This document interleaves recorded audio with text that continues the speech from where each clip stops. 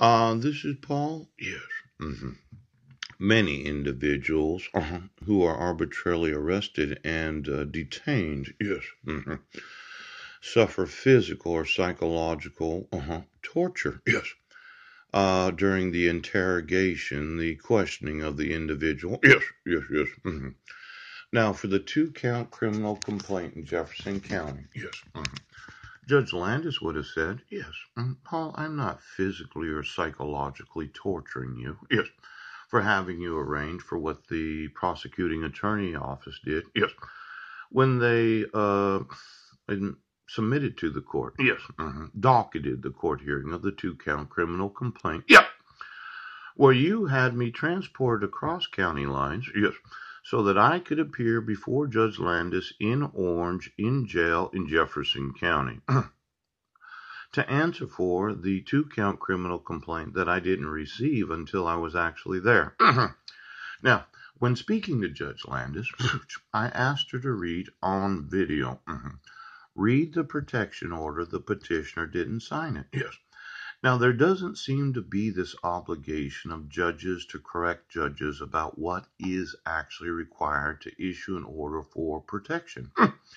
I've read the municipal code of King County. Yes. Seattle, Washington. Yes, yes. I went to the actual Supreme Court website. Yeah. Gave you a copy of the instructions of what's necessary to have the protections of an order. Yes. But when Judge Landis realizes, the petitioner did not sign the protection order, and in the discretion of the court of Brent Baisden, yes, he said that there was no need for the petitioner to sign it, right, because I have to do a mental health evaluation. Pooh. Now, every time that I've appeared in court, it's admissible as evidence, yes, of what's known as arbitrary detention, arbitrary arrest and detention, yes, where you decided to use psychological and physical torture. Now, some people would say being arraigned in the Jefferson County Jail is not physical torture. Yes. Have you ever eaten the food in jail? No.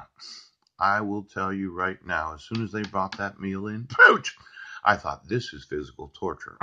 Now, as a homeless man, I actually have some real good ideas of how torturous it is to eat certain kinds of foods.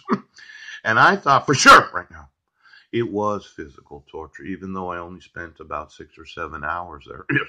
And then there was the idea of getting out of jail, having to walk all the way to the bank to cash a check that was issued, yes, after the day and time that I had been released. Yes. And then there was this problem of identification. Now, it's nice that the bank that I went to was understanding that my identification from the state of Washington is not a current ID. But being trapped in Jefferson County with no way to get back except for a bus ride, yes, I experienced the physical as well as the mental torture, yes, he does, of not knowing where I was going to sleep, what I was going to do, and how I was going to do it. Yes, yes, yes.